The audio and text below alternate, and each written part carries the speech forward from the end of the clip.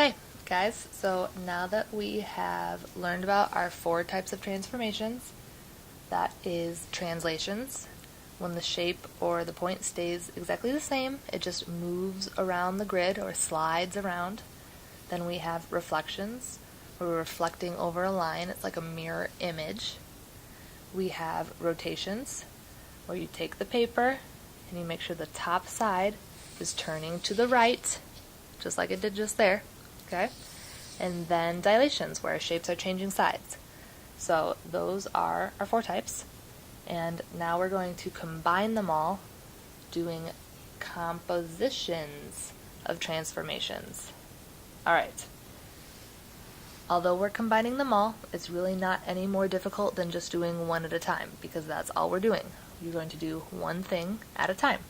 So, let's start with example 1 up top, where you're seeing the word mapping again, and it gives us a mapping, xy to x minus 3, negative y. First thing we want to do is find our points. So the original D is at negative 2, 2.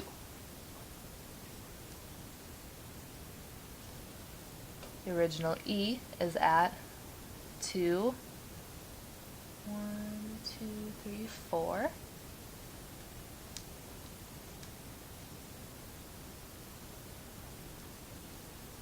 And then our F is at 1, 2, 3, 4, 1. Alright, those are our original points. Now we're going to use the mapping to find our new points.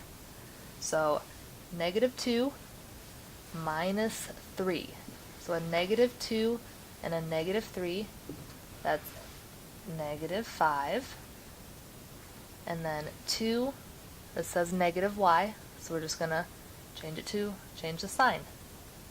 2 goes to negative 2. Simple as that. 2 minus 3, negative 1, and 4, change the sign, goes to negative 4.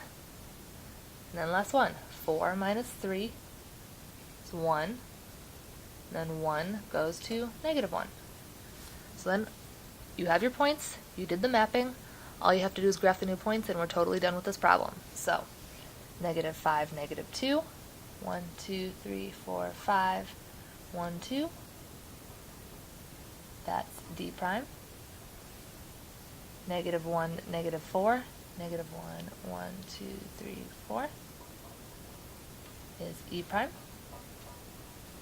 And then 1, negative 1. 1, negative 1. F prime. So here's our shape. Just like that. That's it. That's all you have to do. That's all it asks you to do. So, it's going to get a little bit more complicated as we get to 2 and 3, so we're just going to take it step at a time.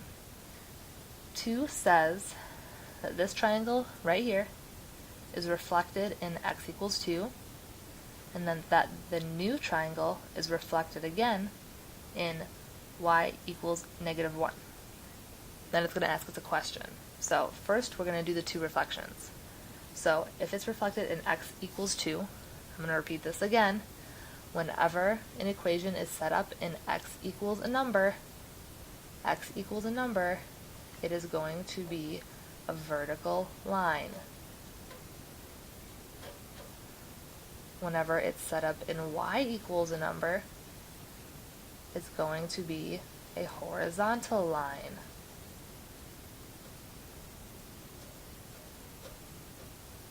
Alright, so x equals 2. It's going to be a vertical line, and it's going to be where x is 2. X is a positive 2 right here. We're going to have a vertical line, our line of reflection.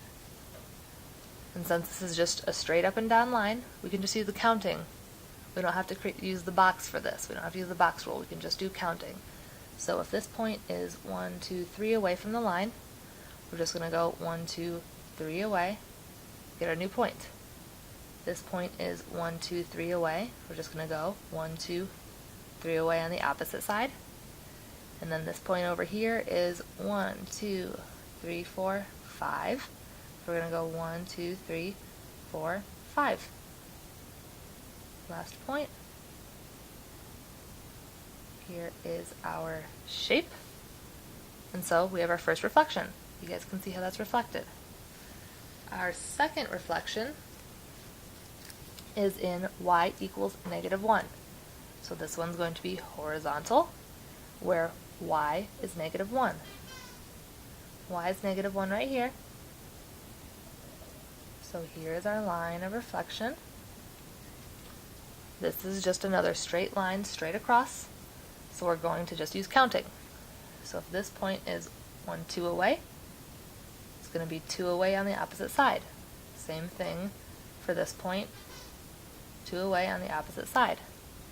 And the last one is 1, 2, 3, 4, 5, 6 away. So we're going to go 1, 2, 3, 4, 5, 6 away right here. We're going to connect these dots.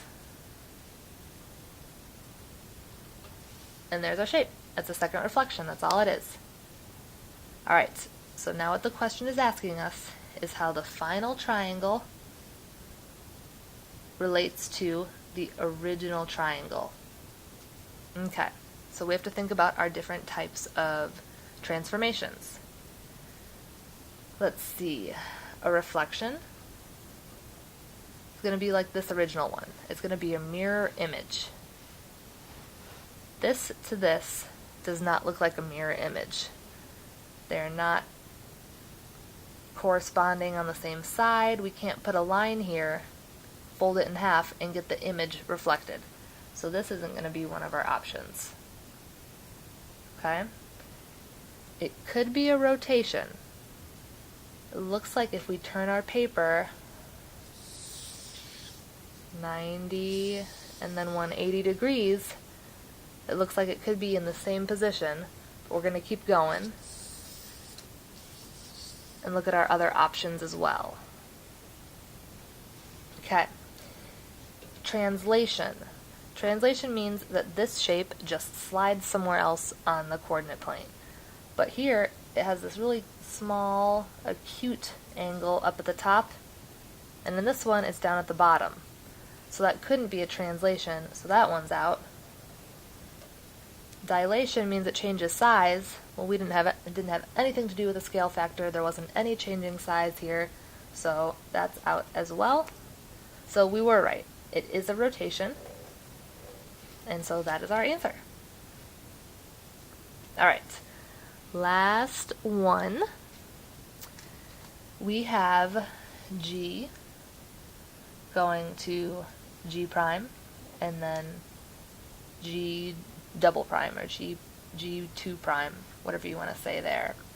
It wants to know what transformations were performed. So it wants to know how we got from G to G prime, and then to our final image.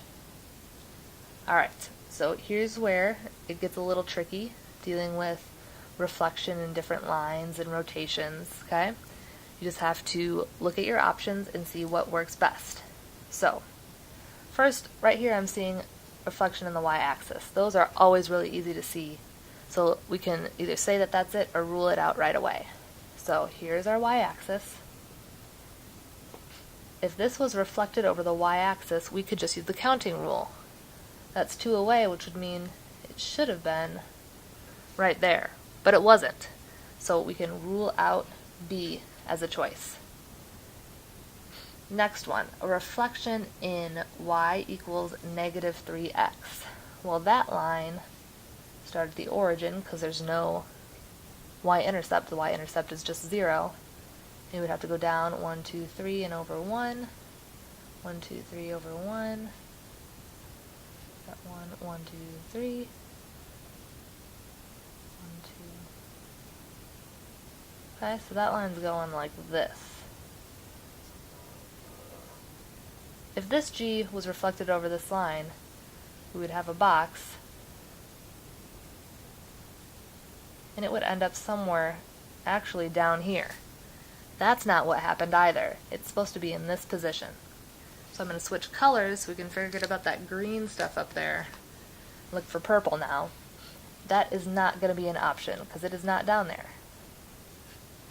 So our options are a 90-degree rotation. This is at 1, 2, 1, 2, 3, 4. If we turn 90 degrees, G prime is at 1, 2, 1, 2, 3, 4. So that is it. It was a rotation 90 degrees about the origin. So our answers are C and D. Now we have to figure out whether there was a reflection in the x-axis or the y-axis. Well, again, here's our y-axis. If it was a reflection in the y-axis, it would have been somewhere over here, but it's not, it's down here. So the reflection that we want is the reflection in the x-axis. It's 2 spots away from x. This is 2 spots away here. So 90-degree rotation about the origin, then a reflection in the x-axis. The key when doing these compositions of transformations is just to do them in order. Do one at a time, take your time, and figure out what the answer is going to be. Okay, you're going to have the rest of the class to work on the homework and to study. If you have any missing homework and you can find it in your binders, then make sure you get that turned into the bin on my desk. And remember that we have a quiz over everything we've learned so far about transformations next time I see you. So spend the rest of the class doing your homework and studying. Alright guys, have a great weekend and I will see you next week.